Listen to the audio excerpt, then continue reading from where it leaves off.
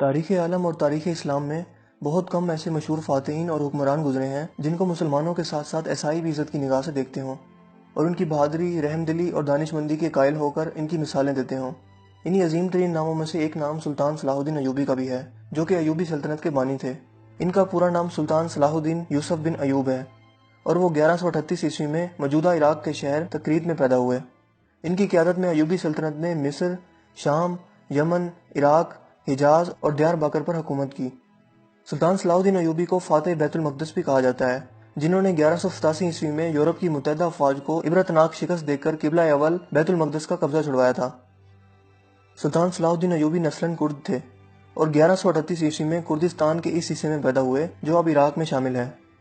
شروع میں وہ سلطان نور الدین زنگی کے ہاں ایک فوجی افسر تھے، جبکہ مصر کو فتح کرنے کے لیے شیر کو کی قیادت میں، جو کہ سلطان صلاح الدین ایوبی کے چچا بھی تھے، مصر پر حملہ کیا گیا۔ اس میں سلطان صلاح الدین ایوبی بھی شامل تھے، لہٰذا مصر کی فتح کے بعد 1171 عیسوی میں انہیں مصر کا حاکم مقرر کر دیا گیا۔ اسی عرصہ کے دوران انہوں نے یمن کو بھی فتح کر لیا۔ دوستو، نور الدین زنگی کے انتقال کے بعد چونکہ ان کی کوئی لائق اولاد نہیں تھی، لہٰذا سلطان صلاح الدین ایوبی 1174 عیسوی میں حکمرانی پر فائز ہوئے اور یہاں سے انہوں نے مزید فتوحات کا ایک سلسلہ شروع کیا اور دیکھتے ہی دیکھتے 1182 عیسوی تک شام، موصل، حلب وغیرہ کو فتح کر لیا اور یوں اپنی سلطنت کو مزید وسعت دی اور اپنے جنگی کارناموں میں نور الدین زنگی پر بھی بازی لے گئے۔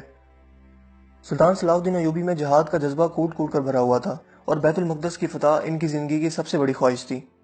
اس دور حکومت میں صلیبی بادشاہ اور جنرل رونالڈ کے ساتھ 4 سالہ معاہدہ صلح ہو چکا تھا، جس کے مطابق دونوں یعنی مسلمان اور صلیبی ایک دوسرے کی ممکنہ مدد کرنے کے پابند تھے، مگر یہ معاہدہ محض رسمی اور کاغذی ثابت ہوا کیونکہ صلیبی افواج مسلسل اپنی اشتعال انگیزیوں، قتل و غارت اور لوٹ مار میں مصروف تھیں، یہاں تک کہ مسلمانوں کے قافلوں کو باقاعدہ لوٹ رہے تھے۔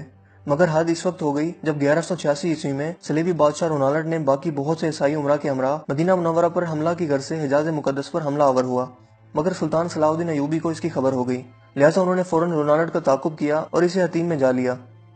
لہٰذا یہاں ایک گھمسان کی جنگ ہوئی جس میں 30,000 عیسائی ہلاک ہو گئے اور اتنے ہی عیسائیوں کو قیدی بھی بنا لیا گیا، کیونکہ اس موقع پر سلطان صلاح الدین ایوبی نے جنگی سوجھ بوجھ اور عقل مندی کا مظاہرہ کرتے ہوئے ایک آتش گیر مادہ زمین پر ڈلوا دیا تھا، جس سے زمین پر آگ بھڑک اٹھی تھی، جس نے صلیبیوں کی کمر توڑ کر رکھ دی۔ تاریخی حوالوں میں یہ بھی لکھا ہے کہ اردن میں کرک نامی قلعہ کا بادشاہ رچنالڈ نامی ایک صلیبی بادشاہ تھا۔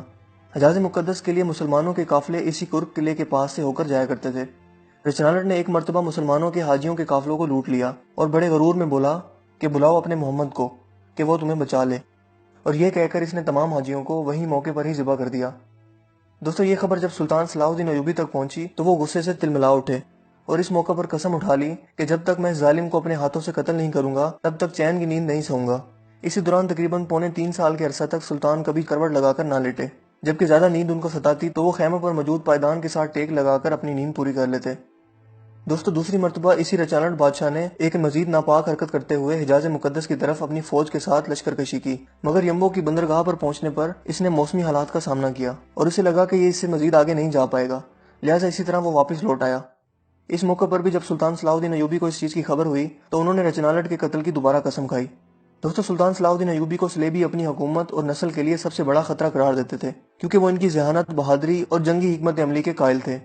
لہٰذا اس بار انہوں نے 12 عیسائی بادشاہوں کا گٹھ جوڑ قائم کیا اور سلطان صلاح الدین ایوبی پر حملہ کرنے کے لیے نکل کھڑے ہوئے، جبکہ سلطان صلاح الدین ایوبی اکیلا ہی اپنی فوج کے ہمراہ لڑنے کے لیے نکل پڑے اور یوں حطیم کے مقام پر تاریخی جنگ ہوئی جس میں پورا یورپ سلطان صلاح الدین ایوبی سے لڑنے کے لیے نکل آیا، مگر پھر بھی انہیں سلطان کے ہاتھوں شکست کا سامنا کرنا پڑا۔ لہٰذا جنگ میں ہارنے کے بعد جب عیسائیوں کے یہ 12 بادشاہ سلطان صلاح الدین ایوبی کے خیمے میں بھیجے گئے تو پیاس کی شدت سے سبھی بادشاہوں کا برا حال تھا۔ سلطان صلاح الدین ایوبی نے سبھی کو پانی پیش کیا سوائے رچنالڈ کے، لہٰذا یروشلم کے بادشاہ ہامفرے نے اپنا پانی بچا کر رچنالڈ کو پیش کیا۔ اس موقع پر سلطان نے ہامفرے کو کہا کہ یہ پانی اسے تم دے رہے ہو، میں نہیں دے رہا، کیونکہ اسلام میں اگر آپ کسی کو پانی پلا دیتے ہیں تو اسے امن کی علامت سمجھا جاتا ہے، پھر آپ اس شخص پر ہاتھ نہیں اٹھا سکتے۔ اس موقع پر سلطان صلاح الدین ایوبی نے رچنالڈ کو اسلام کی دعوت بھی دی، مگر اس نے انکار کر دیا۔ اس کے بعد سلطان صلاح الدین ایوبی نے کہا کہ میں نے تیرے قتل کی 2 مرتبہ قسم کھائی تھی، ایک مرتبہ جب تم نے لشکر حجاز مقدس پر حملہ کیا اور دوسری مرتبہ جب تم نے حاجیوں کے قافلوں کو لوٹا تھا اور کہا تھا کہ بلاؤ اپنے محمد کو کہ وہ تمہیں بچا لے۔ لہٰذا میں نے ان دونوں موقعوں پر قسم کھائی تھی کہ میں تجھے اپنے ہاتھوں سے قتل کروں گا، اور آج حضرت محمد صلی اللہ علیہ وآلہ وسلم کا ادنا سا خادم اس فریضہ کو سر انجام دینے لگا ہے۔ جس کے بعد سلطان نے اپنی تلوار اٹھائی اور رچنالڈ کی گردن کاٹ دی۔ مگر گردن پوری طرح نہ کٹی اور ایک جانب کو لٹک گئی۔ یہ منظر دیکھنے کے بعد وہاں موجود تمام بادشاہوں پر کپکپی طاری ہو گئی۔ دوستو، اس جنگ کے بعد اسلامی افواج عیسائیوں کے علاقوں پر چھا گئیں۔ حطین کی فتح کے بعد سلطان صلاح الدین ایوبی بیت المقدس کی فتح کے لیے نکل کھڑے ہوئے، اور ایک ہفتے کی مسلسل خون ریزی کے بعد آخرکار عیسائیوں نے ہتھیار ڈال دیے اور رحم کی درخواست کی۔ یوں بیت المقدس پورے 91 سال بعد دوبارہ مسلمانوں کے قبضے میں آ گیا اور تمام فلسطین سے مسیحی حکومت کا مکمل خاتمہ ہو گیا۔ بیت المقدس کی فتح سلطان صلاح الدین ایوبی کی سب سے بڑی خواہش تھی اور ان کا سب سے بڑا کارنامہ بھی تھا۔ انہوں نے مسجد اقصی میں داخل ہو کر نور الدین زنگی کا تیار کردہ منبر اپنے ہاتھ سے مسجد میں رکھا۔ اس طرح نور الدین زنگی کی خواہش سلطان کے ہاتھوں پوری ہوئی۔ سلطان صلاح الدین ایوبی نے بیت المقدس میں داخل ہو کر وہ مظالم نہیں کیے جو اس شہر پر قبضے کے بعد عیسائی افواج نے کیے تھے۔ وہ ایک مثالی فاتح کی حیثیت سے بیت المقدس میں داخل ہوئے اور فدیہ لے کر ہر عیسائی کو امان دے دی، جبکہ جو غریب فدیہ نہیں دے سکتا تھا، ان کے فدیے کی رقم خود صلاح الدین ایوبی اور ان کے بھائی ملک العادل نے خود ادا کی۔ دوستو، بیت المقدس کی فتح کے بعد چونکہ تمام مسیحی حکومت ختم ہو گئی تھی جو فلسطین میں 1099 عیسوی سے قائم تھی، اور تمام فلسطین مسلمانوں کے قبضے میں آ گیا تھا، جو کہ 761 سال تک مسلسل مسلمانوں کے قبضے میں رہا، یہاں تک کہ 1948 میں امریکہ، برطانیہ اور فرانس کی مشترکہ سازش سے فلسطین کے علاقے میں یہودی سلطنت قائم کی گئی جس کا نام اسرائیل ہے، اور بیت المقدس کا نصف حصہ ان یہودیوں نے قبضے میں لے لیا۔ 1967 کی عرب اسرائیل جنگ میں بیت المقدس پر اسرائیلیوں نے دوبارہ قبضہ کر لیا، اور یوں آج بھی قبلہ اول بیت المقدس کسی سلطان صلاح الدین ایوبی کا منتظر ہے۔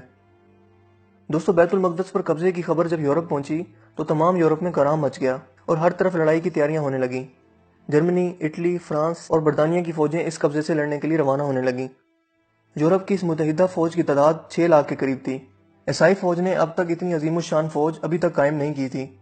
یہ عظیم الشان لشکر یورپ سے روانہ ہوا اور عکا کی بندرگاہ کا محاصرہ کر لیا، جبکہ سلطان صلاح الدین ایوبی نے تنہا عکا کی حفاظت کے لیے تمام انتظامات مکمل کر لیے تھے، مگر صلیبیوں کو مسلسل یورپ سے مدد پہنچ رہی تھی، لہٰذا اس مارکے میں 10,000 عیسائی قتل ہونے کے باوجود صلیبیوں نے محاصرہ جاری رکھا، جبکہ دوسری طرف سلطان صلاح الدین ایوبی کو کسی دوسرے اسلامی ملک کی مدد اور تعاون حاصل نہ ہو سکا۔ اس لیے صلیبی ناکہ بندی کی وجہ سے اہل شہر اور سلطان کا تعلق ٹوٹ گیا، اور سلطان باوجود اپنی پوری کوشش کے مسلمانوں کو مزید طاقت فراہم نہ کر سکے، لہٰذا تنگ آ کر شہر کے لوگوں نے امان کے وعدے پر اپنے شہر کو عیسائیوں کے حوالے کر دینے پر رضامندگی ظاہر کی۔ فریقین کے درمیان معاہدہ طے ہوا جس کے مطابق مسلمانوں نے 2 لاکھ اشرفیاں فدیہ جنگ ادا کرنے کا وعدہ کیا، اور صلیب اعظم اور 500 عیسائی قیدیوں کی واپسی پر مسلمانوں نے ہتھیار ڈال دیے۔ مسلمانوں کو اجازت دے دی گئی کہ وہ اپنے تمام مال و اسباب لے کر شہر سے نکل جائیں، مگر رچرڈ صلیبی بادشاہ نے عہد شکنی کی اور محصورین کو قتل کر دیا۔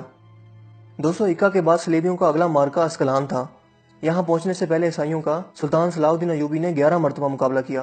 سب سے اہم مارکہ درسوف کا تھا، جس میں سلطان نے بہادری اور جوان مردی کی عظیم مثالیں پیش کی، جن کی بدولت صلیبیوں کے حوصلے پست ہو گئے، مگر چونکہ کسی مسلمان حکومت خصوصاً خلیفہ بغداد کی طرف سے کوئی مدد نہیں پہنچی تھی، لہذا سلطان کو پسپائی اختیار کرنا پڑی، جبکہ واپسی پر سلطان صلاح الدین ایوبی نے اسکلان کا شہر خود ہی تباہ کر دیا، اور جب صلیبی وہاں پہنچے تو انہیں اینٹوں کے ڈھیر کے سوا کوئی چیز حاصل نہ ہوئی۔ اسی دوران سلطان نے بیت المقدس کی حفاظت کی تیاریاں بھی مکمل کر لیں، کیونکہ اب صلیبیوں کا اگلا رخ بیت المقدس تھا۔ یوں سلطان نے اپنی مختصر فوج کے ساتھ اس قدر عظیم لشکر کا جوان مردی سے مقابلہ کیا اور اتنی بہادری اور دانش مندی سے لڑے کہ صلیبیوں کو فتح کی کوئی امید نہ رہی، لہٰذا وہ صلح کی درخواست کرنے لگے۔ یوں فریقین میں صلح کا معاہدہ ہوا، جس کے مطابق معاہدے کی 3 شرطیں رکھی گئیں۔ نمبر 1، بیت المقدس مسلسل مسلمانوں کے قبضے میں رہے گا۔ نمبر 2، حیفا، یافا اور عکا کے شہر صلیبیوں کے قبضے میں چلے جائیں گے۔ نمبر 3، اسکلان آزاد علاقہ تسلیم کیا جائے گا اور زائرین کو مسلسل آمد و رفت کی اجازت ہوگی۔ اور یوں اس معاہدے کے بعد تیسری صلیبی جنگ کا خاتمہ ہو گیا۔ اس جنگ میں صلیبیوں کو سوائے ایک شہر عکا کے علاوہ کچھ بھی حاصل نہ ہوا اور وہ ناکام واپس لوٹ گئے۔ صلیبیوں سے تیسری جنگ عظیم میں سلطان صلاح الدین ایوبی نے ثابت کر دیا کہ وہ دنیا کا سب سے طاقتور ترین حکمران ہے، جبکہ بیت المقدس کی فتح کے بعد اس نے تمام عیسائی زائرین کے لیے بیت المقدس کو کھول دیا۔ یوں زائرین کا ایک ہجوم بیت المقدس پر امٹ پڑا۔ لہٰذا صورتحال کو دیکھتے ہوئے خلیفہ وقت نے سلطان صلاح الدین ایوبی کو مشورہ دیا کہ پوری دنیا سے آنے والے زائرین کا ایک طریقہ کار واضح کیا جائے اور چند ہی لوگوں کو یہاں آنے کی اجازت دی جائے، جبکہ اس کے جواب میں سلطان صلاح الدین ایوبی نے جواب دیا کہ لوگ پوری دنیا سے کئی سو میل کا فاصلہ طے کر کے یہاں زیارت کے لیے آتے ہیں، لہٰذا انہیں اس مقدس جگہ کی زیارت سے روکنا ان سے ناانصافی ہوگی۔ دوستو، سلطان صلاح الدین ایوبی ایک ایسا عظیم حکمران تھا جو میدان جنگ میں قہر برپا کرنے والا ایک بہادر جنگجو تو تھا ہی، لیکن ایک رحم دل انسان بھی تھا۔ سلطان صلاح الدین نماز پنجگانہ کا پابند اور نفلی عبادت گزار تھا۔ اس نے کبھی کوئی نماز نہ چھوڑی تھی اور نہ ہی قضا کی تھی۔ ان کے ساتھ ہمیشہ ایک امام موجود ہوتے تھے، اور اگر کوئی امام موجود نہ ہوتا تو یہ کسی عالم دین کے پیچھے نماز ادا کر لیتے تھے جو وہاں پر موجود ہوتا۔